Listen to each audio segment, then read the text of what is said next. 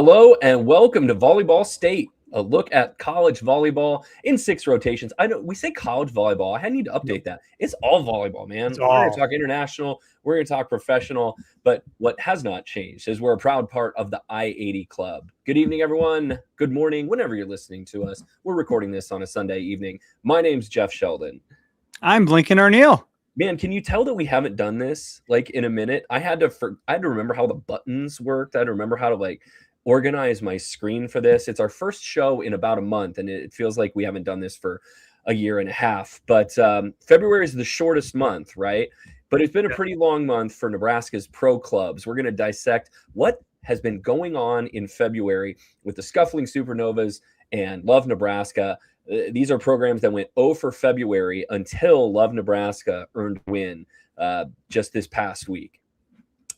Before we get into rotation 1, 2, we're going to let you know this is a super exciting time for our friends at the I-80 Club.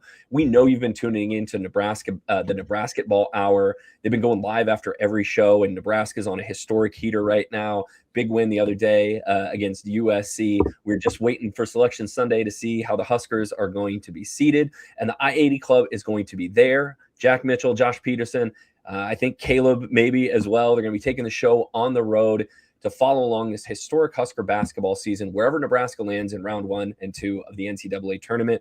Your I-80 Club friends are going to be there. Plus, we have tons of other fun shows that have just recently launched, like Unemployed with Mike Schaefer, who a buddy of ours who went from no jobs to 2 jobs, like in the span of a week. Really, I told someone the other day, no one went outhouse to penthouse faster than Mike Schaefer, and he's doing such a great job. Both of them on 1620 The Zone in the mornings, and Unemployed with Mike Schaefer, which you can get throughout the week, only right here on the I-80 Club.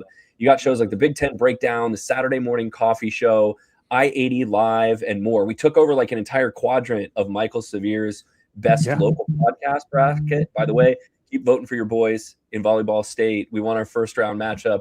We got a tough second round draw too. So when that comes up, make sure that you like us on and vote for Volleyball State on Twitter.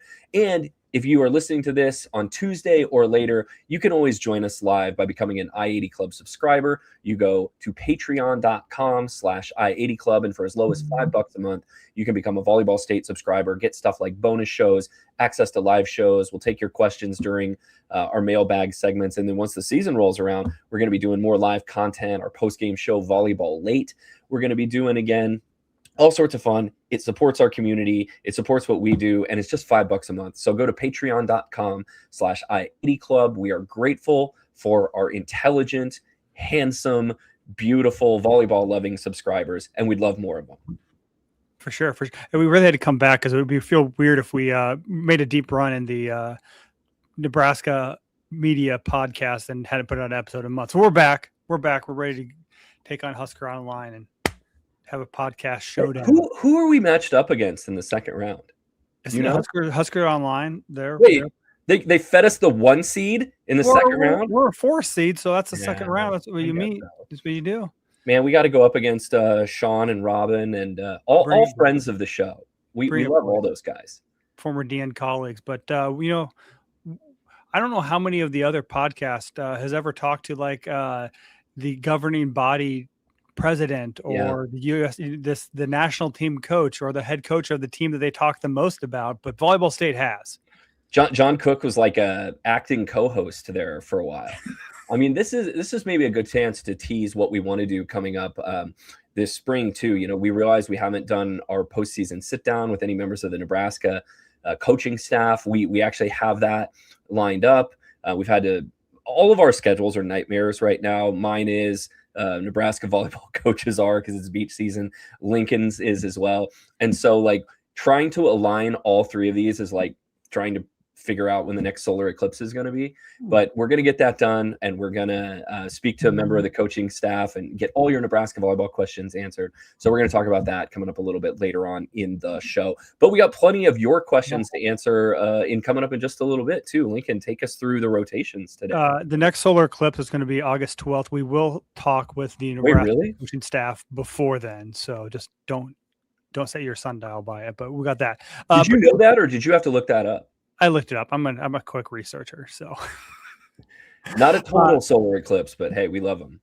total eclipse of the heart. All right, next we got a fun show coming up today. So we're going to talk about, we know a little bit about what Nebraska indoor team is going to be doing.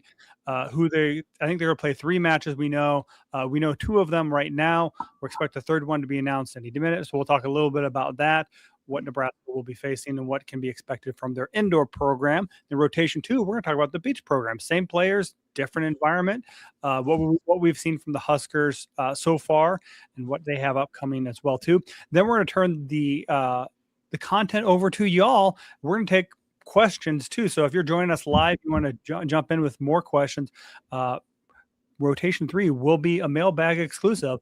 Then we're going to switch to the pro leagues in rotation 4, talk about the Supernovas, what's been going on with them. And then rotation 5, we'll switch pro leagues and talk about Love Nebraska. And maybe we'll come up with a new nickname. We'll tease that a little bit too. And then rotation 6, we're about some of the new proposed rule changes. So those came out in the past month during our downtime, but how different? And these are rule changes for college, right? Yes, the college rule changes. How different will the game look, flow, feel? We'll get into that a little bit too as we kind of break down some of the rule changes. So those are our 6 rotations. We'll do a full service game coming up. So, absolutely. Let's dive into rotation 1. Spring matches. A couple have been announced. We are expecting maybe one more is going to get thrown out there as well. The first in Nebraska spring, and these are spring indoor matches. So we're going to talk about beach here in rotation 2, but rotation 1, bit by bit, piece by piece, the Huskers spring indoor exhibition schedule is getting revealed. And before we talk about the matches, I just think it's great. Well, I got good and bad, right? We talked about this a little off air, Lincoln and I did. I think it's great that Nebraska is going to play multiple matches. They're going to play 3 of them that we expect. 2 have been announced right now, but that's more than they really traditionally have, or at least for a while. They have just been playing one match. We'll get to my gripe about this after we talk about the 2 matches. But the first big one is going to be Friday, or the first one that was announced, Friday, April 17th against Creighton in DJ Sokol Arena. Now, Nebraska, I don't believe, has ever played Creighton in DJ Sokol. They've done it one time. Usually this is at CHI Health Center when it's Creighton's turn to host. Back in 20. Oh shoot, I wrote a story about this. It's 2013 or so. They've played there once, and Nebraska won a sweep. Nebraska's also never lost to Creighton. But this is also the first time. I feel like I should have covered that, and I don't remember that. Maybe it wasn't 13. Maybe it was earlier than that. But the key thing, I mean, Nebraska hasn't played Creighton since 2014 in the exhibition season. Of course, probably the most famous one is in 2013 in the final ever match at the NU Coliseum in 2013. So it's they don't play. I think they've played some closed door scrimmages over these 2, but this will be in the smaller arena. I think it's DJ Sokol is where Creighton plays most of their home matches. They played postseason there. It's about 2,500 people. And the women's basketball program plays there. Yeah, it's a little bit smaller. So it's a nice little. I think tickets will be available to Creighton season ticket holders this upcoming week. 2010 was when they last played there. 2,500 people watched that match. It's a good match for Creighton. I think they announced it at halftime of the Creighton men's basketball game on Saturday. So I think get the Creighton fans fired up too, and they may actually have a home environment, because when they play in CHI Health Center, which can fit 17,000 people, Husker fans invade and make it a little bit of home atmosphere for. Yeah. At worst it's 50-50 these crowds at CHI Health Center, but also you're getting 13, 15, 17,000 people to show up. Yeah, this is going to be, it's going to be packed, 2,500 or so, but it's going to be decidedly Creighton. So that's going to be on Friday night, April 17th at DJ Sokol Arena. The weekend before, Nebraska is going to play Iowa State on Saturday, April 11th. And this is going to be up in Sioux Falls, South Dakota. We expect that to be at the Sanford Pentagon. And that's going to give Nebraska's senior to-be setter, Bergen Riley, the closest thing that she is going to have to a home match in her college career. Yeah, that is her hometown up there. So this hasn't been officially announced by Nebraska. It just showed up. Iowa State posted their spring schedule and online. Christy Johnson Lynch would not lie to us. No.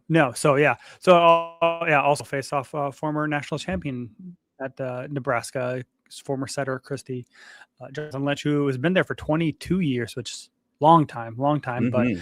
But I think it'd be cool. I've been up the Pentagon for a couple basketball games over the years. It's a really cool environment. They played the AVCA First Serve. There's some matches up there that Minnesota and Penn State played Texas A&M up there as well too. So it'll be right? But it'll be a cool environment. And again, like you said, it'll be a lot of Bergen Riley fans, I imagine, showing up. They have her whole hometown show up and show out.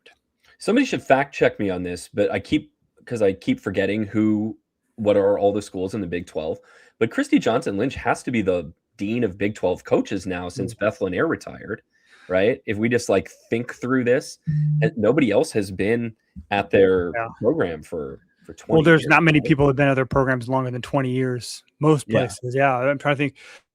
I mean, any of the other Colorado's is new, Kansas State's new, Kansas is new, Oklahoma has changed a couple times. So yeah, I mean, congratulations, and hit us in the comments if we are wrong. But Christy Johnson Lynch, now that Beth Lanier retired, is one of the longer tenured coaches in the country too.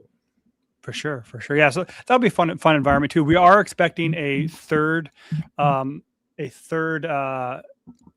spring match to be announced at some point too. This will probably be Nebraska's traditional small town that they've gone to Ord, they've gone to Central City, they've gone to Kearney, Wayne. They've searched out, but I mean, it's outside the Lincoln, Omaha metro areas that they will play that. I think location has been selected. They're just kind of finalizing details about ticket information and how ticket purchasing will work out. So I expect that to come out hopefully this week, and maybe by the time a lot of you listen to this on Tuesday, maybe it's come out already. So that'll happen too. So I think that's a cool tradition that they continue. The other key thing to notice about this is what Danny Busman Kelly said last year. They did play 2 matches last year. They played the Ord match and they hosted Kansas. Is that they're going to stay off of Derby Day. So we aren't interfering with the Kentucky Derby this year, per Danny Busman Kelly's wishes, because she stays true to her. She became a little bit of a Louisville girl during her time coaching the Cardinals. So Derby Day is an important day in the Busman Kelly household. Man, maybe it's being announced right now, or you got sources texting you. I can hear your phone like buzzing through the screen, blowing up over there. It's no, sources are not texting me now. I'll turn that off. It's your fantasy baseball league getting ready to start. So what we expect is that we know for sure on 2 of them, and we expect the third as well. None of these matches are going to be held in Lincoln. And this is what gets me a little grumpy. We've established that Nebraska volleyball is kind of a cultural touchstone in this state. It's in incredibly high demand. I understand that Devaney is going to be under renovation this spring. That's probably going to start very soon now that the winter sports are done in it right now. But it just bums me out that the people who pack Devaney week after week, match after match, are not going to be able to see this team in the spring. I don't know if there was an effort made to line up Pinnacle Bank Arena on some April Saturday or Sunday to try to get a match in there. But this could be not only a huge revenue generator for Nebraska, but at a time, especially, it's been well chronicled with the reseeding process, the spring matches, these indoor matches, just like the spring game in football, could be a great chance to expand your fan base beyond people who cannot afford season tickets, who don't normally get the chance to go watch your program.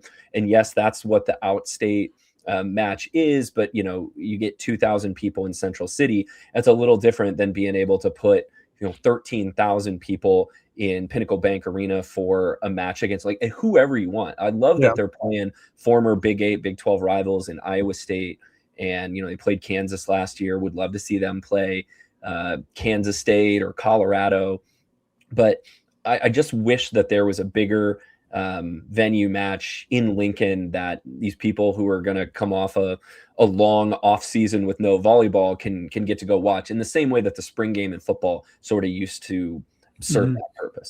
Yeah, they did that last year where they paired up. I mean, volleyball was almost kind of the centerpiece of that whole Husker games weekend that they called it, since football didn't have a traditional scrimmage, was that Kansas game too. But football's moved up its spring game to that last weekend in Marno. I mean, Nebraska will be practicing indoors, but they'll only be a couple of weeks removed from the end of their beach season. So I don't know if they're ready for a public showcase at that point. It's kind of that move up of football. They can't pair it with that.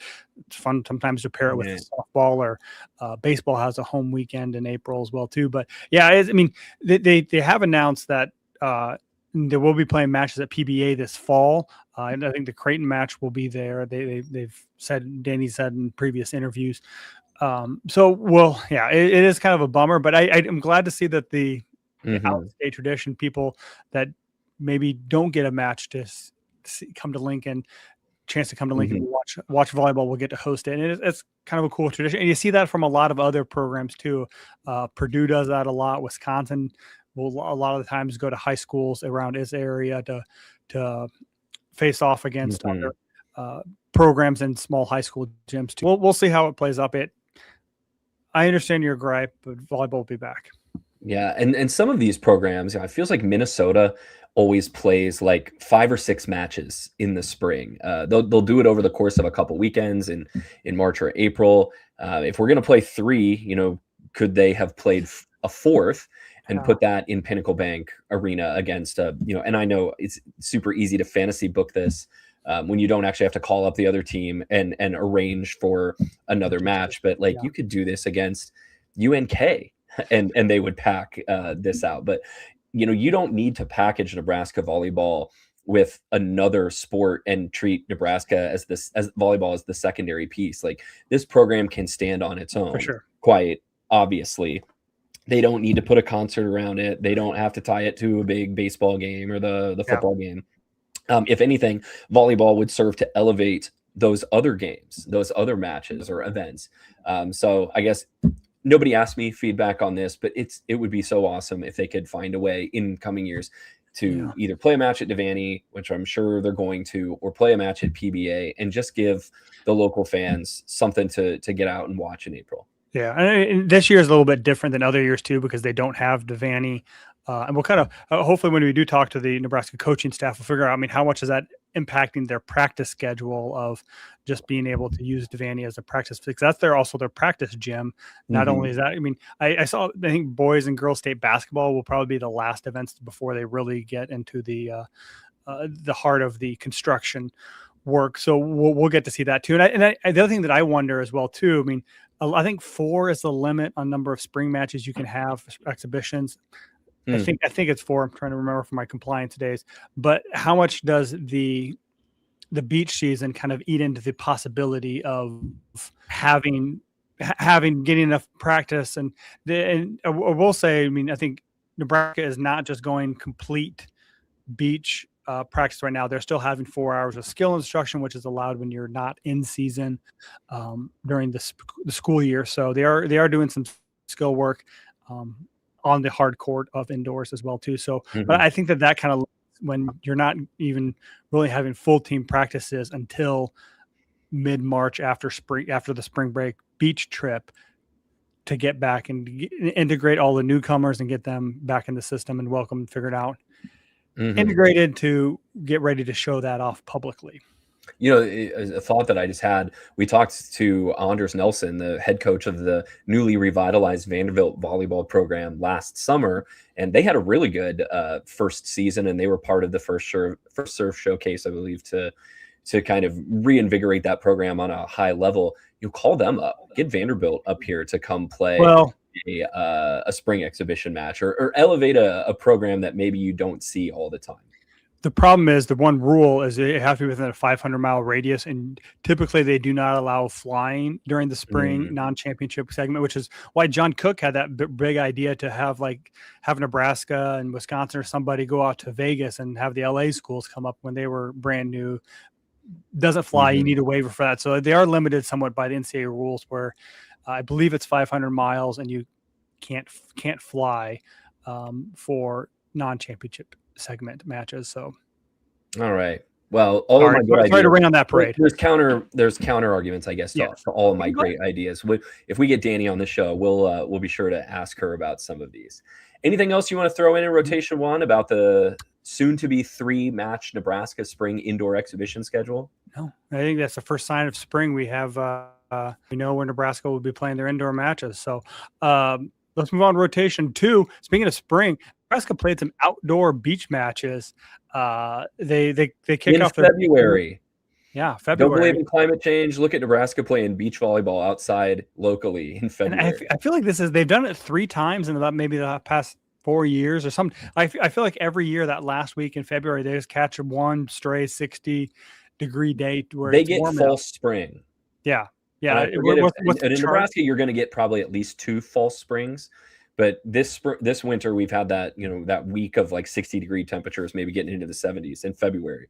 Yeah, it's weird, but hey, you'll take it. They actually started the season off during in February. They hosted Ottawa, Kansas, who went indoors at the Alloy Strength Complex. They went 5-0 against them. Then on this past Friday, Trinidad State, who is a junior in Colorado, came up. They got waxed 5-0. And then Wayne State, the Fighting Wildcats, actually put up a very good fight. They ended up losing 4-1, but there were several of those that went 3 sets that the Huskers pulled out and eventually won. But it was not easy going for the Huskers out in the outdoor. And I went there, watched a couple matches, duels, and it was great weather and a great way to spend a Friday afternoon watching some outdoor beach volleyball on the UNL campus. Are they switching up their pairs right now, just like pairing different people together, or do they have kind of a set of duos right now that they're sticking with? They have, in the 3 duels they've played, they've all had the same partners. Okay. They've kind of switched up the numbers and where they're playing. Like against Ottawa, I think because of either transportation or just time it takes, that there's only 1 court there. They only played Bergen Riley and Trey, who had been played number 1s, did not play against Ottawa, but they were the number 1 team in Trinidad State and Wayne State. So they've played the same teams the whole time, but they've mixed up the numbers. All right. Well, like what have you thought of them? Who looks good here? How does some of maybe especially the newcomers look as they get their first taste of college competition? The other thing I will say about beach volleyball, it is a very different game than indoors. Not as exciting, a lot of tipping, a lot of scrambling, but you see a lot of people that if you're serving some of the littles, you see Lainey Choboy then up at the net taking big swings. Olivia Mauk, she's an attacker now too. So you do see a little bit of different play from what you used to seeing on the indoor game as well. I think as far as the newcomers, I'm trying to think who I got to watch a lot of Sky Pierce, and she was playing with Olivia Choboy. And then the other match I watched was Minaya Obeche and Olivia Mauk playing as well too. So I got to see a little bit of Jaden Robinson and Carrie Linebacker play, and they're both physical. I should say Jaden Robinson is very physical and very talented. It's hard to tell a little bit, but they look good too. I think my favorite team, I got this from one of their fathers nicknamed this team the Italian Stallions. So you got Virginia Adriano and Gabby DeVita. So yeah, Adriano and DeVita, I think they got the bronze back in Atlanta during the first beach volleyball Olympics. Actually, you bring up Carrie Lineback. I'm really interested to see her play in the spring indoor exhibitions. You hear good things about her.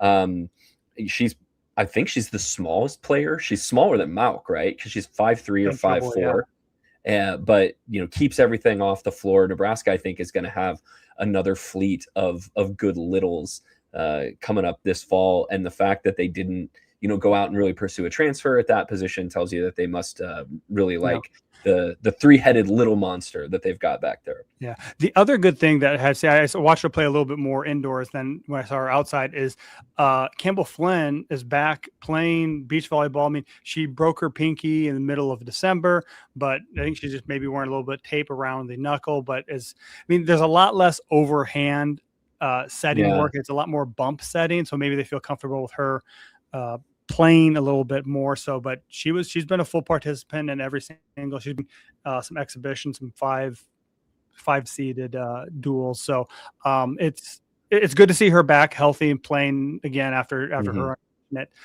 injury that happened in December. No, Nebraska is not playing a murderer's row schedule here in the beach. Ottawa, Trinidad State, Wayne State. Makes me wonder, right, what kind of the future of the beach program is obviously something we speculated about last year when Danny Busboom Kelly was hired, how long she would keep it. What is Nebraska still trying to get the same things out of beach now than they were maybe 4 or 5 years ago? Just some overall skill development, keeping the players together in the off season and building that chemistry, or is there any kind of shift you have seen in the last few years? No, the hard part is like Nebraska likes to play home matches, just one to keep their costs down to that. So there are no other programs around here, so that's why you get some Division II, some NAI. Yeah. Nebraska hosts Oklahoma Wesleyan on Tuesday for the last home match before they go off and make their trips. They're making trips to Arizona and Florida this year too. And actually they'll face some Division I schools in Southern Miss, Arizona State, and Arizona when they're down in the Tempe area. So I think Nebraska is not a serious volleyball contender. They probably never will be, and that's by their choice too. Yeah, when you use the same roster for indoor as you do for beach, then it's a very different game. For those of you who have watched beach volleyball, it takes a lot more practice to figure out how to play the beach game too. So I think that there may be a crossover player here and there but for the most part, the really top beach teams have a completely different coaching staff. So I think Nebraska uses it for cross training. It's playing on the sand is easier on their bodies. And then it's just kind of also a recruiting tool. Most years they get a Hawaii trip. This year they're going to Florida. There's not a Hawaii trip this year, but that's also kind of like you said, a bonding experience where they get to spend some long weekends together and away from their comfort of their daily routine. Some of Nebraska's upcoming beach volleyball opponents include Mesa Community College, Benedictine University Mesa, and they're playing a different Ottawa, Lincoln. They're playing Ottawa of Arizona. Have you ever heard of Lake Sumter State College? Are you familiar with their work? Lake Sumter State. No. Is that in Michigan or South Carolina? That is in Florida. I think they're playing them in a tournament in Leesburg, Florida. I've never heard of it before. I saw them on Nebraska's volleyball. Lake Sumter, team. That's where the Civil War started, right? Named Lincoln. I'm offended by that joke. Ave Maria as well too. So Ave Maria? Ave Maria. Oh, like the mass segment? Okay. Maybe yeah. I don't know what its name is. Palm Beach Atlantic. A lot of these teams all are just the Arizona players get a homecoming. That's what they're doing. They're going to Sigler, Kenna Cogill will get a chance to play in front of some friends and family when they go down to Tempe that first weekend in March. All right. So that's Nebraska's beach schedule. Let's move into rotation 3 if we don't have anything else for row 2. Rotation 3 is our mailbag segment. And thank you all so much for sending in your questions, whether it was on Twitter or Blue Sky, where you can find the show just at Volleyball Pod or the I-80 Club Discord. We got some good questions there. Let's start out the first one. Thane, one of our most, I would say, loyal and dependable question askers and live show participators. Thane Moore from the I-80 Club Discord asks, who has the edge at the outside hitter 2 position? Terea Sigler, Skylar Pierce, Gabby DeVita, or Jaden Robinson? Nebraska has a big hole to fill there. With the graduation of Taylor Landfair, they did not go out and seek a transfer at that position, or at least to our knowledge, they certainly didn't land one. So you got 4 somewhat unproven newcomers trying to win the job to be the second outside hitter on the roster. So I'll let you answer that Power first. rank. Should we power rank them? I don't know. Power rank the second outside hitters? Yeah, I mean, I haven't seen Gabby DeVita or Jade Robinson play for Nebraska. I've watched them play some grainy video from All-Star games or highlight packages. So I still think there's a lot lot of unknowns there too. They have potential. DeVita's a very good passer, and that will always get you a leg when you're talking about a 6 rotation outside hitter. Jane Robinson, she was firing off lots of great shots during that All-American game, Under Armour All-American game, in the first day of January. But I think really, if we're talking edges, Trey Sigler and Skylar Pierce have the edge. I think just from being in the program, having working with Danny and knowing what she wants out of those positions. And I think if I had to pick between the two, I'd go Sigler just because she was on the court a lot. She got some 6 rotation opportunities last year.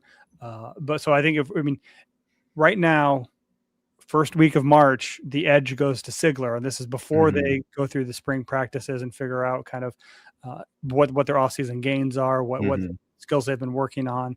So I think I would give it to Sigler right now. What about you? Yeah. Well, I'm copping out a little bit. I'm saying more the quality of who is going to win out, and the passing is great, ball handling is great. This is a position that has to score. The player that shows themselves the most able to get kills in whatever way they can is going to be who earns that spot. Taylor Landfair had a really strong senior season, and yet there were times where you just wish Nebraska was a little bit more terminal at that position. I mean, I think even at the other outside hitter position, right, with Harper Murray, you want to make sure that that's a really terminal position. But as we saw Texas A&M go through and win the national title with 3 really good pin hitters. So both your left sides and your right side need to be able to score points if you want to make a deep run in the NCAA tournament. And Nebraska must feel like they have the arms in that room that are going to be able to do it. It feels to me right now that like Skylar Pierce is maybe just a little bit more of a scorer. I don't have the numbers in front of me from what Sigler did. Sigler, played in the back row all of last season, but we see every year in college volleyball somebody make a jump offensively. If maybe they were considered more of a ball control defensive pin player the year before, they come out of nowhere and start averaging close to 3 kills a set. So that's kind of what I'm looking for out of the second outside hitter position, somewhere in the neighborhood of 3 kills a set. And right, if you can hit 260 or higher, that's going to be a really good contributor to this attack. Yeah. I think that it's what they want at that position too. I mean, it's hard to look at Sigler's stats because a lot of times she was only playing back row, and her hitting numbers struggled a bit because all she was hitting was Bix out of the back row, and not getting a lot of the typical shots that you expect an outside hitter to do that. So I think, we can revisit this question at end of April and see what we think at that point too, because right now it's just kind of speculation because we don't know what DeVita or Robinson looks like. Even Robinson's going to fit in too, because she could also play right side of the ball too. I was going to ask about that. JJ Robinson is a player. By the way, is she going by Jaden or JJ? I've seen it. Yes. I've seen it both.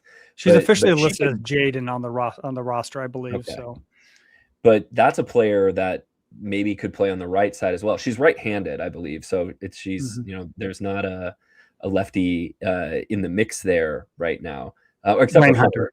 Ryan Hunter's a lefty, excuse me. But Adriana's right-handed, and just like at the OH2 position, I think your right side hitter is going to be determined by who's able to put away balls, because that's an area where I think that right side position needs to be really terminal this year for Nebraska to make a deep run. I think this kind of goes into our next question that we've kind of already hinted at. But where does Nebraska have the most room to improve? It comes from Daniel via Twitter. So I'll let you start with that one. Ooh, where does Nebraska most need to improve? I mean, being terminal on the pins, right? And it's not like we're dogging Nebraska's offense. They led the country and set a school record in hitting percentage. I don't know if the middle is going to be quite as offensively productive this coming year as it was in 2025. And even if it is, we see who wins the national title, right? It's teams whose pins are scoring late in the year. So, Harper Murray is going to need to have a big year, and then whoever they get on that outside position. And then, I think the right side position last year was pretty up and down, hot and cold. If Ali Check doesn't get hurt in the warmups before Texas A&M, I imagine she spells Adriano at some point in that match.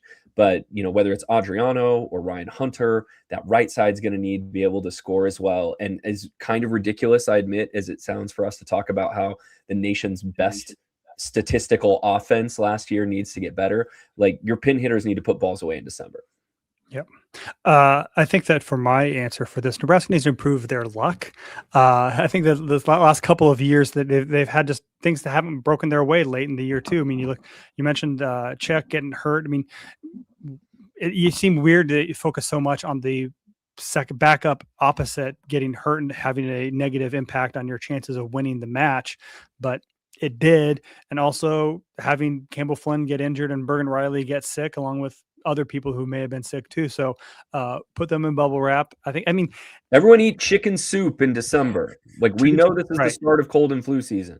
Yeah. But I mean, you need luck to win a national championship when you need to get hot at the right time. You saw that with Texas A&M. They were the best team in December. Were they the best team in October, November? Not necessarily. So I think, I mean, it's luck, and I like the way that Danny coaches, and like she builds the depth and build the opportunities for people to play throughout the season. So when the moment calls for it, they can step in. Manai Obeche to dispel Andy Jackson, but yeah, it's so I think luck is my answer. That's where Nebraska has the most room to improve because they had some crummy luck break their way. Yeah, I mean, they played better than them because Nebraska didn't have all the pieces fall where they needed them to. Yeah.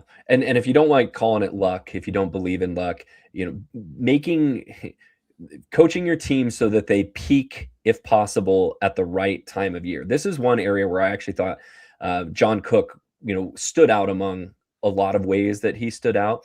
But Cook coach teams always seem to get better and stronger once you got into November and December. They talked about it a lot. Going from good to great to unstoppable was what they wanted to do. And the first Danny Busboom Kelly team was outstanding all year long, and then just ran into a really excellent team in Texas A&M at a time where they had some circumstances that did not allow them to be at their best. So I don't want to take anything away from A&M. They were outstanding that night, and then they blew through the Final Four and won the national title. Yes. Fane's got another question here we want to go back to, which is which 2026 recruit has the best chance to contribute early? And I see run us through it's three of them. Yeah, freshmen. So we got outside hitter Gabby DeVita, we got middle blocker Keani Williams, and we got pin hitter Jaden JJ Robinson. My guess on this is going to be Robinson, although I don't know if any of these three freshmen like have an obvious role they're going to step into, like Sigler kind of had last year. DeVita or Robinson would have to show that they were markedly better than the returners, the upperclassmen, when it comes to scoring on the pin for them to get a shot. And I just don't know that Nebraska is going to have room for a freshman middle blocker to play this year. Yeah, I mean, they each kind of Nebraska. This is the one thing with the scholarship limits going away. Nebraska was able to add depth, and they have at least two returners who are all in themselves, very highly touted recruits. I mean, Robinson is competing against Adriano and Hunter on the left side, and then right side, and then Murray and Pierce and Sigler on the left side. So it's a hard row for them. And then DeVita is also competing against the same pin hitters on the left side. And then you saw, I mean, Obeche did, I mean, she had a couple matches where she got to play the whole thing, and then came in for spells and was hitting above 400 for most of the year, if not 500. 500. 500 for the opportunities that she was given too. So she has a lot of potential. And then we didn't get to see Kenna Kogel because she redshirted, but the one time we did get to see her in in one of the exhibitions, the red white, when she looked like Andy Jackson reincarnated. She was a quick attacker and really devastating with the slide. So, yeah, Cogill's probably going to be your third middle this year if we were to guess right now. Yeah. So that means that Williams might not have a clear path to playing time in her first year. But yeah, we'll get to see a little bit more from her during the exhibition. So, I mean, none of them have a great clear path, but I think I'll also answer Robinson, just because, one, I think what sets her apart is her versatility. I mean, she's able to play both ends. I think DeVita, maybe because she's a great passer, I think that's one of the skill sets that she brings. And if you can pass, you will get on the court. But yeah, as of right now, we'll see again what I look at the spring. I go with Robinson, even though I think there'll be very, very limited roles that any of them are playing. This is a fun question, and I told Natalie this. Let's just read the question, I guess, first before I get my thoughts on it. Could Nebraska use the 2026 season to redshirt Campbell Flynn and train a 6'2" with Mallory Bosiger? When does Bosiger come in? Does she come in? She comes in 27. So, but I think she wanted like Bosinger to play back row. Yeah, we abbreviated this question. Sorry, Natalie. She wanted to run a 6'2", but Flynn plays all 6 rotations, and then but is an attacker in the front row when she's in, and a setter in the back row. The opposite when she's in the front row. Yeah, which I think we decided was a 5'2". Yeah, it's a maybe 5'2", I believe. Is a 5'2" when you have one of your setters play all 6 rotations, but they're only the setter in the back row and they're an attacker in the front row. And Penn State did this back in 2017, I believe. I think you're about part right. It wouldn't surprise me if Flynn redshirted in 2026 just to give her a year of separation from Bergen Riley. Of course, that means that Riley has to be healthy all year long and can't be at death's door in an Elite Eight match or something. So that spoils that plan. As far as running a 6'2" with Mallory Bosiger, I don't know that Flynn would love that idea. I also don't know that it makes Nebraska a better offensive team to have Flynn hit in the front row when you've got players like Virginia Adriano and Ryan Hunter, like actually trained pin hitters to play right there. So I think you only do something like that if your setter is an absolutely elite attacker in the front row. And for all of Flynn's skills, I don't know that's her. Going over on 2 a few times a match is much different than taking like 15 swings on the right when a blocker's up in front of you. Yeah, I think that's also a question kind of stems a little. I mean, Mallory Bosinger is one of the better setters in her 2027 recruiting class too, but she's only 5'9". So I think Nebraska hasn't had. I mean, they did run with Ani Evans a couple of years ago when they ran a 6'2" with her and Nicklin Hames, but 5'9" is a little bit short to play, especially with that was nobody's ideal situation either when they did that. No, that was if Kennedy Orr had only gotten the rules as they exist today with no double contacts on that, she would have. I imagine she could have run the show seamlessly, but she had the yips a little bit with those doubles, and so they tried to figure out and went with Ani Evans and Nicklin Hames at 6'2". I mean, I think the more intriguing part about this is redshirting Flynn too, because I think again, what makes Flynn so good is she's a lefty that's 6'2", 6'3". I mean, and it's her attacking as a setter in the front row. So I think she has some room to grow as a defender. I think that was the one thing I noticed, and when we did get to see her come in, this disparity between her back row defense and where Bergen Riley is currently. Bergen Riley also was not elite defender that she is as a freshman. So Flynn can get there. I think that there's potential there. So I think, I mean, will she redshirt again?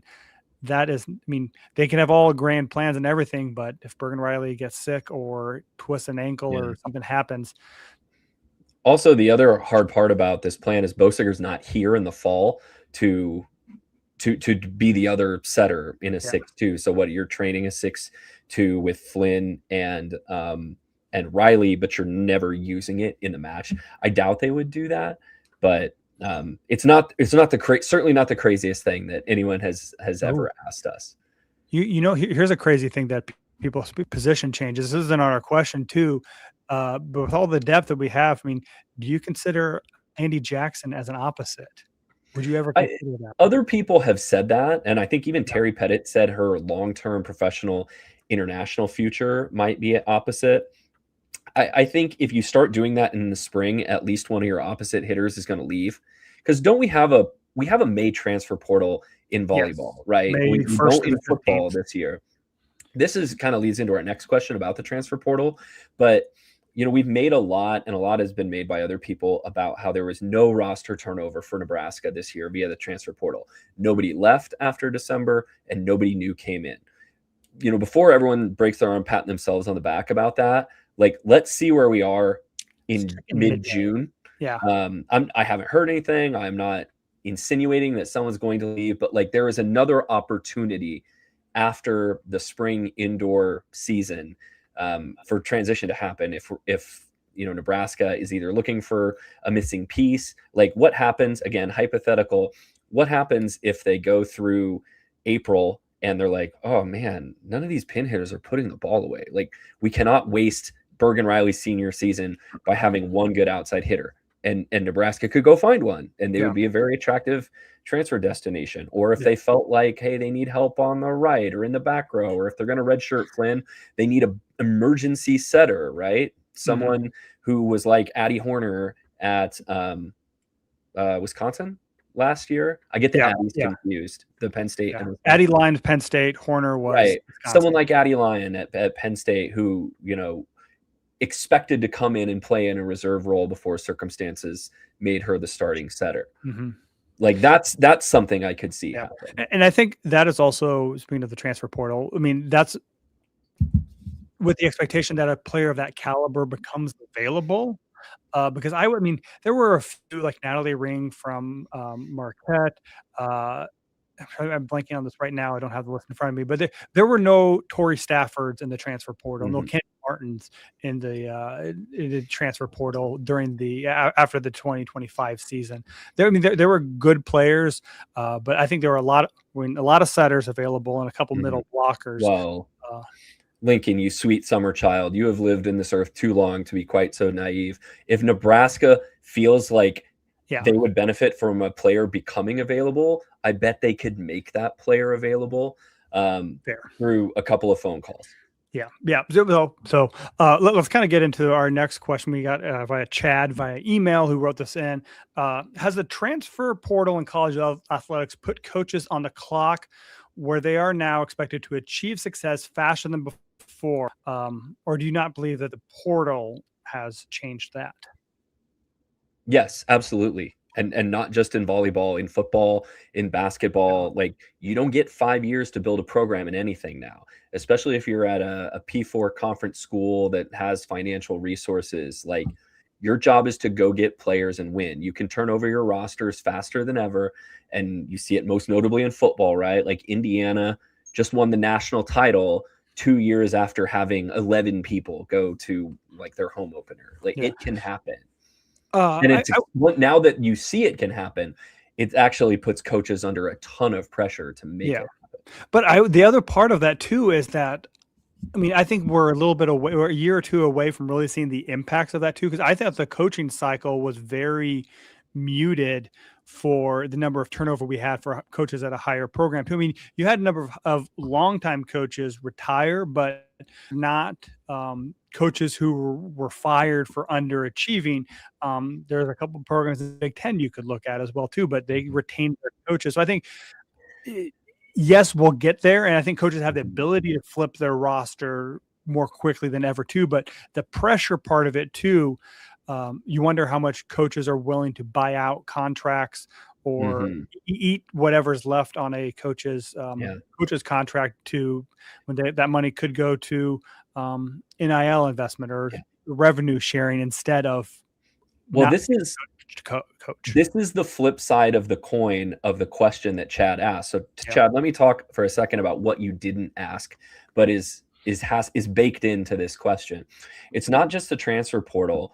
It is the financial investment. It's the rev share and NIL. And you have the sort of higher fire cycle hasn't really come to volleyball in the way that it has basketball or football. because there's plenty of schools out there, like big brand name schools, that have decided that they're not going to put rev share resources behind volleyball, or at least not very much. Nebraska is a huge outlier in this aspect.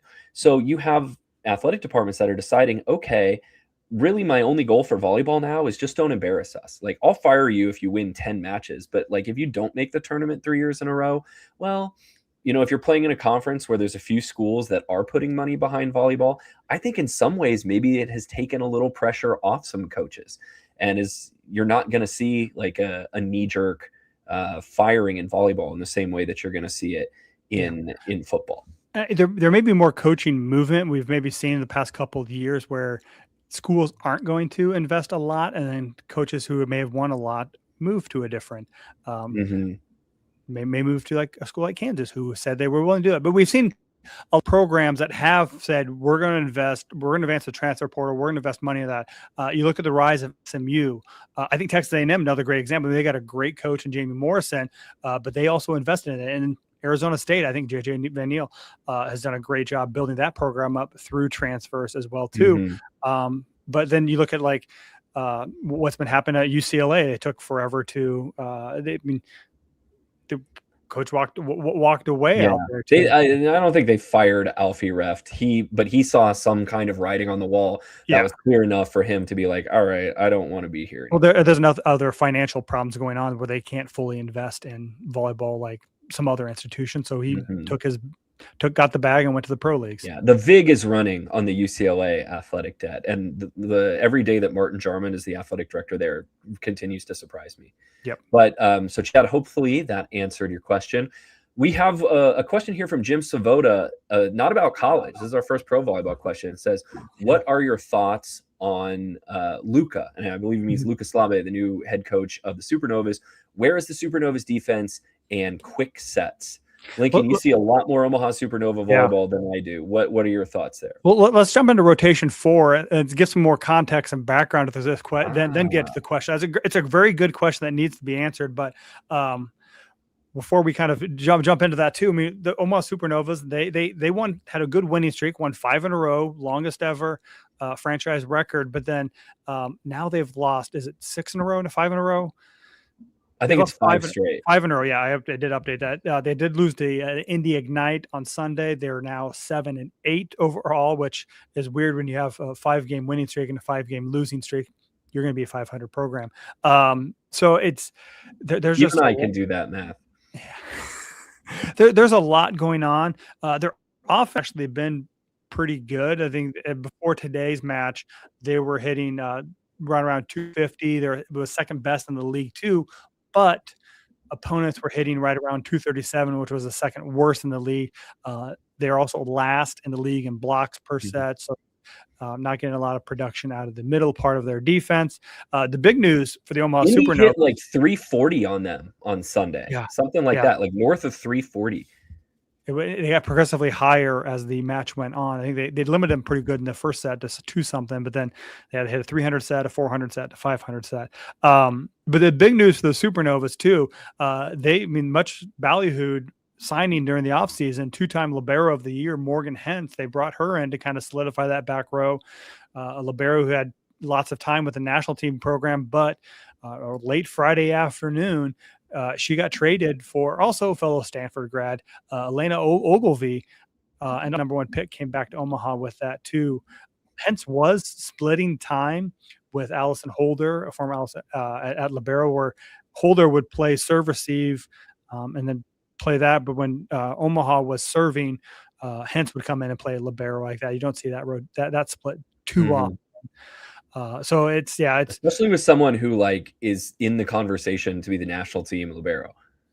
Yeah, but her passing was a little bit. I mean, her metrics were not matching to what she had done previously too. I don't know whether it was the system or just she was not in a good personal situation, or just things weren't clicking for her. But she did not. I mean, I will say there were at least a couple of times per match when I was watching her that I was just, wow, what a diving save. And she made very athletic, very great saves. Hentz is always good for the highlight defensive saves. Yeah. I think it was the serve receive that was always kind of, it was not the strongest part of her game. No. So I mean, yeah, thinking about that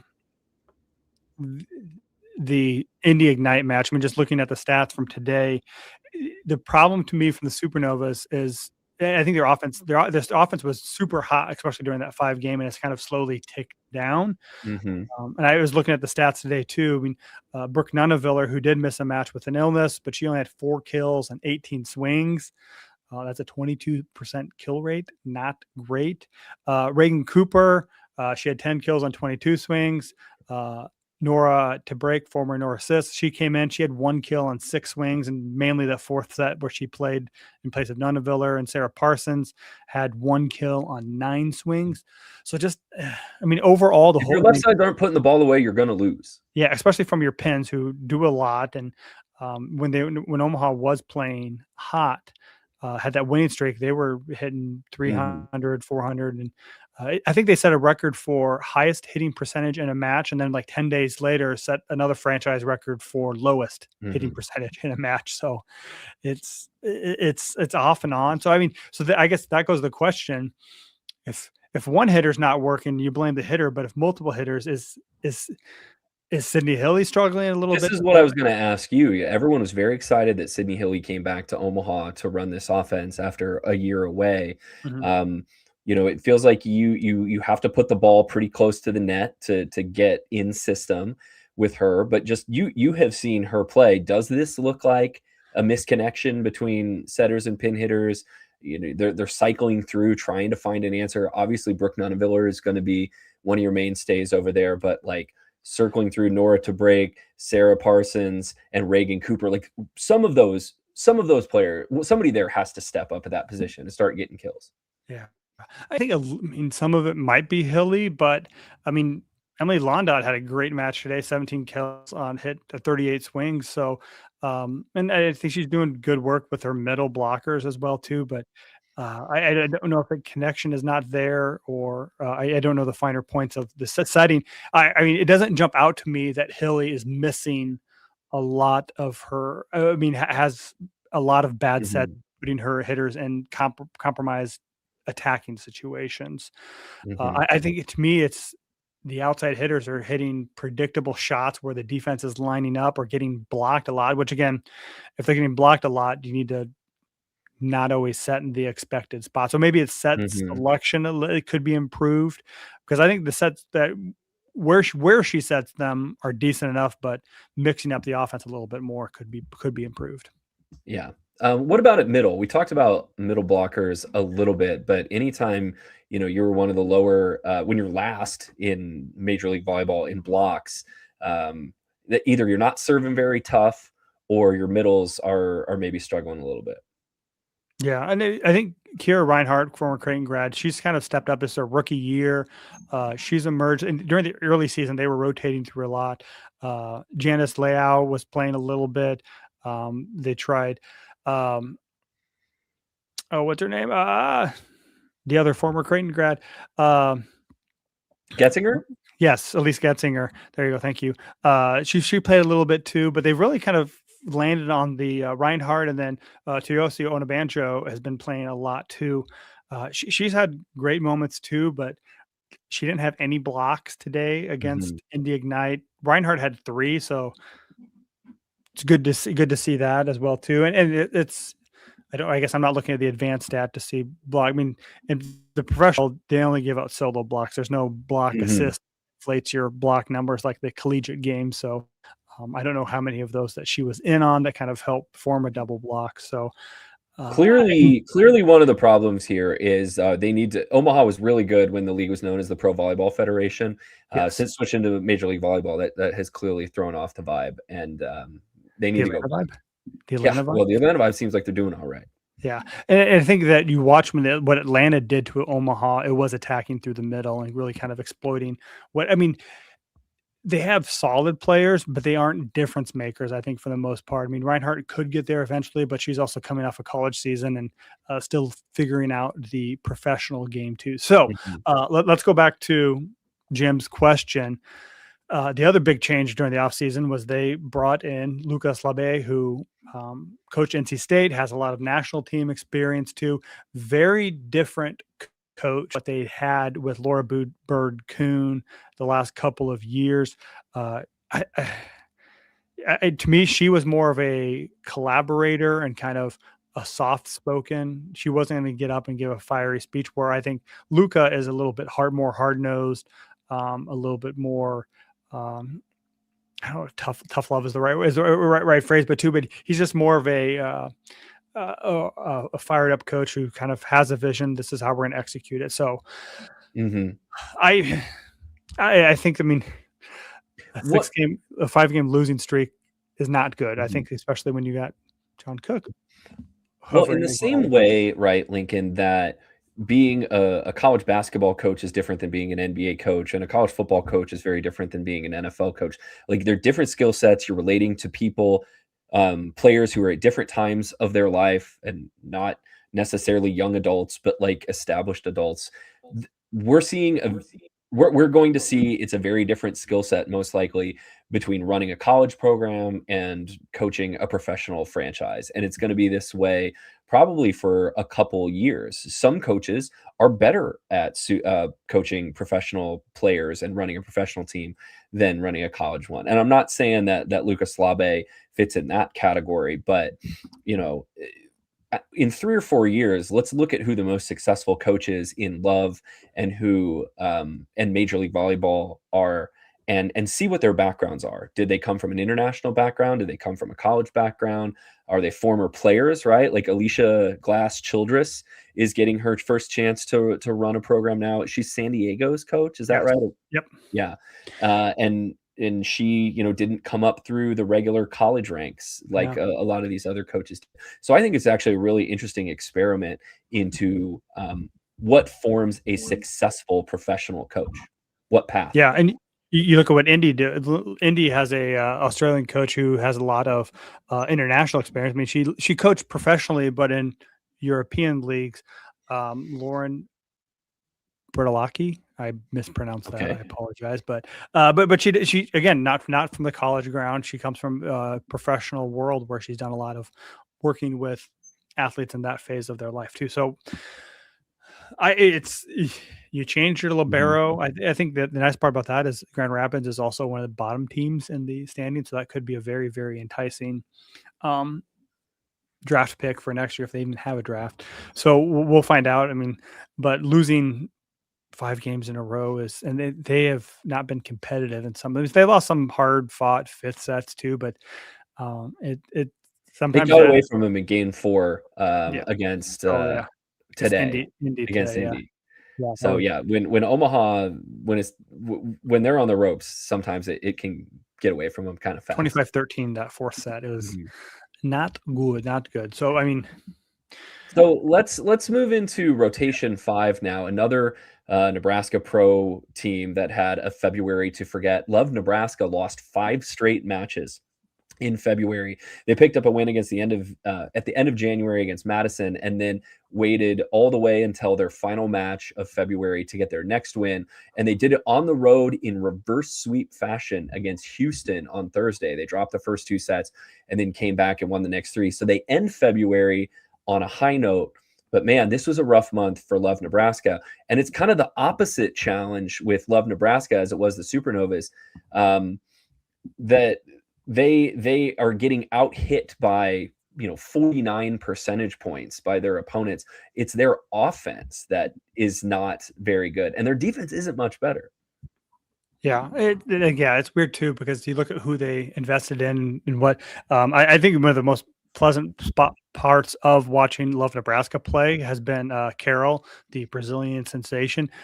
She is so much fun to watch. She's a little bit undersized middle blocker, but she's also been dealing with an injury the last couple of matches and hasn't played. But they went almost a full month between victories as well too. They won against Madison on January 30th and finally got off their losing snide against Houston and in a 5-setter as well, reverse sweep down at Houston as well too. So you mentioned their offense. I mean, to me, you look at what Omaha's been struggling with the last couple of matches too. It's been their pin hitters too, and Anna Bausch is hitting 224. Jordan Larson's hitting 226, and overall, just they have the least efficient offense in the entire League One. leave. Yeah. So it's a struggle. You wonder what things are going wrong for them. Yeah. Well, I mean, part of it, just like these programs, Love and the Supernovas, they can't recruit, right? They're not out there battling for the best pin hitters in the country like a college program has. They don't have the talent, I don't think, in a couple of spots. Jordan Larson, one of the most decorated American volleyball players of all time, is in the final year of her career. She's in her late 30s. Is she 40 yet? She's right around there. But is that the player you're going to ask to carry your offense? On a Bausch, hitting 224. Just you need players who can put the ball away. I have, for the last couple of years, I personally have wondered if they've got the setters in place to kind of do what they need to do offensively. What do you think about that? Yeah, they also, I mean, Laura Dykema has kind of been the main setter. She missed a couple matches where Gabby Blossom had to step and run the show. Again, I mean, Gabby Blossom, a very decorated collegiate career, led San Diego to the Final Four too, but a longtime Penn State setter, but a little bit undersized as well too. So she's limited in what she can do at the net. But I mean, the pin hitters haven't. I mean, what happened is they dropped the first two sets against Houston, and they kind of figured things out. And Kimberly Drevniak went off in the last three sets. And I mean, that's Nebraska's X factor, right? Is Kimberly Drevniak on the right, and she was really good last year in stretches, and she's the best attacker that Love Nebraska has. But over there on the left, like, you need somebody to put some balls away. Yeah. Yeah. So what I'm excited about coming up is they have a match at Grand Island on March 7th. And there's going to be 6,000 people there. I mean, it's at the Heartland Event Center at Fauner Park too. And when I talked to them after the last home match, they were above 5,000, and they haven't promoted it. So it's going to be could be the biggest crowd in League One history, the 2 years of League One. So we'll see how that turns out. Grand Island will get a chance to show out, see what they can do, and beat San Antonio. It's been one of the things. Good job, Tri-Cities. Yeah, you never think you said that Grand Island is better than San Antonio, but when it comes to volleyball crowds, they have a chance to beat them. Awesome. Well, hey, let's move into our final rotation as we've gone past the hour mark on our end of February show. There were some rule changes that I feel like just kind of slid in under the radar. These are college rule changes approved by an NCAA committee. Some slight tweaks, which could produce a little bit different ways that you're used to watching volleyball. The first of all is the bench protocols, right? We're used to watching teams switch benches after every set. And I think they stopped doing this during COVID, right? Correct. To kind of limit some of the interaction. Well, now teams are only going to switch benches one time after the game 2 intermission. And I think they're maybe in game 5 as well, but you're not going to see teams go back and forth and switch benches after every set. Well, it sounds like, so they can switch. They'll switch once after the second set, every single match too. If it goes to 5, there'll be a coin flip.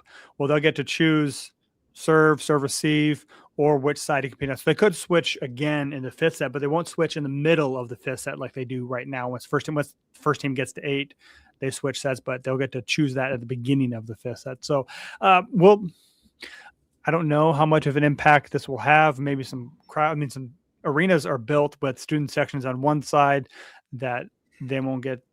They'll get 2 sets, but it'll be sets 3 and 4 if they get there. So I think, again, this is done in the name of efficiency. It'll save the 90 seconds for teams to pick up all their stuff and walk bottles and move to the other bench. So we'll see. It's more a cosmetic change than anything else. I don't know if it'll have a big impact on how teams play and perform. So we'll see with that. Some other, I mean, there's a lot of little minor changes as well too. I mean, coaches can now get live video for coaching purposes on the bench. No one will notice that. Maybe the team will coach better, but that fans will be. Isn't that for so they can tell if they need to challenge? I don't know if it's for. I mean, it says live video to the bench area for coaching purposes only, which. As opposed to non-coaching purposes? Yes. Does deciding whether to challenge, does that fall under the coaching purposes? It could. Yeah. I mean, this is like saying David Stern nixing a trade for basketball reasons. It feels like that's a pretty all-encompassing. Speaking of challenges, I think that the two changes that the fans will notice that. So one, green card gone. I think we saw this during the first serve challenge. If you want to challenge, you put up a hand C. That's good enough too. And the other thing is, I wish it was the little this, like the little home run signal spinning your finger that they do in basketball when they want to challenge something. The other big thing is that once a timeout has been called, you cannot then challenge the previous. So if you want more time to review it or get word, whatever, once a timeout has been called, you can no longer challenge the previous play. So you have to challenge before the timeout, essentially. Yeah. So, well, I mean, I think that makes sense too, because if you want a timeout, I mean, a lot of coaches use a challenge as a de facto timeout at times. But you can't like have more time to think about it and or have time to talk to your players. You have to make it instantaneous, kind of in the moment, to figure out whether or not you want to challenge as well too. I mean, there's a lot of other rules that whether they want, but jewelry can be worn above the chin. What's this timeout one? This is going to be an experimental rule. When are they going to use this? Yeah, I think because usually the way it works now too is that the first media timeout is at 15 points if a team has not called timeout. Usually, so if a team calls timeout, they fall behind 8-0 or whatever, 8-2, they call a timeout. That then negates the mandatory. There's not like a technical timeout like there is in international play where you get a timeout at like, what is it, 8 and then 15, and then each team can also call 2 timeouts. That's the way it is in international, right? Well, and just college is just 15. Okay. So, but if a team calls one of their 2 timeouts before that, there's no media timeout, technical timeout at 15. What this rule change would do is an optional where a technical timeout happens regardless of during sets 1 through 4, regardless of whether or not a team is called timeout. There's also some more, there's more timing. So those will be 90 seconds. And then a team timeout, if the 2 that they get per game, will be reduced to 75 seconds. So a little bit quicker. And there's no technical timeout at 8 points in the 5th set. So okay, so more timeouts, but again, this is not like implemented across the country. This is optional. Do we know when these could be used? What I imagine it will relate to when matches are televised, because I think they're the ones who want the technical timeouts to know that they have a chance. Because sometimes, I mean, Nebraska, how many matches did Nebraska not call a timeout last year at all too? So that means that if someone's broadcasting the match, they only get 2 timeouts per set to that valuable commercial revenue stream. So I think that when matches are being broadcast on a national network, that's when we'll see that they said we're gonna want that in there to make sure that guarantees so we get at least probably 3 breaks. And as more and more matches hit TV and volleyball becomes a more valuable TV property, you're going to see TV starting to call the shots in game flow ways more than they have right now. So I would be shocked if in a couple of years we don't have mandatory technical media timeouts at like 8 and 16, in addition to the 2 team timeouts that each team can call per set. Which is what they tried out at the first serve showcase. Was there were those mandatory 8 and 16, but teams only got 1 timeout. So I think I would be fine with that. Dan Fisher from Pitt hated it because they fell behind Nebraska super big and won, and then all of a sudden you're behind, like I said, 6-0 or 8 or 6-0. You want to talk about it? You get 0 timeouts late. But do we also need 4 stoppages? Actually, it could be up to 6 stoppages per set. Like, I don't find that an enjoyable viewing experience. I want more volleyball, not less. Yeah, we don't. That's where I think the shortened to 75 seconds will help a little bit too. Well, and just like is happening in college football now, the last rule that I'm actually interested in is a commercial one. They're going to allow you to put 2 commercial logos on the playing surface. So not just like on the end line. Right now, you will be able to have a company logo on the surface just like you can on your football field. Yeah, which I think, yeah, you see that a little bit too. I mean, you watch some of the pro matches too. They're aligned with commercial logos for Mhm. lots and lots of companies, and again, trying to get as much money for revenue sharing for NIL money. This is another opportunity to do that too. So, again, I mean, those are the rules. I don't know if fans will notice. I mean, the challenge system they may a little bit. The bench they'll notice that a little bit too, but I don't think that this is going to be any drastic overhauls. Or kind of tweaking stuff at the fringes to see how Mhm. things. So Yeah. pay attention. We'll see. Well, hey, if you want to ask us more questions for a future show, please do that. You can email us at volleyballstate@gmail.com. You can post your questions as a subscriber in the I-80 Club Discord. We take them, we scour all the channels. You can put it in the Volleyball State channel. You can put it in the live show chat channel. Like, we will get to it. Or you can send them our way on social media as well. If you are not yet an I-80 Club subscriber and want to support the show financially, we would love it if you would consider that in your budget. Just $5 a month. Go to patreon.com/I80club, patreon.com/I80club. Sign up to become a Volleyball State subscriber, and you're going to get bonus content, access to live shows, mailbag stuff, and some big things that we're planning for the fall as well. We had such a great time doing some new and interesting things in our first year at the I-80 Club in 2025. We're excited to build on that in 2026. So if you don't want to support us in that way and you're just watching the show on YouTube or your favorite podcast app, that's fine too. We would love it if you would subscribe and review, get this delivered right to your feeds, give us a 5-star rating. It'll help more people find the show, and we'll be able to expand this volleyball conversation to new lands. Yep, that's all we got for today. So again, thanks to the I-80 Club, Jack Mitchell, Josh Peterson. Check out all the shows they got: Nebraska-ball Hour, Sunday Morning Coffee, Unemployed with Mike Schaefer. They got some big stuff planned. Support the guys in the basketball roadshow. I got my Road Crew sweatshirt, so I'm following those guys and the work they do. You can find all of us if you want to find more of our work that we do. Go to volleyballstate.com. We got a link tree of all of our social media handles. You can buy Volleyball State merch.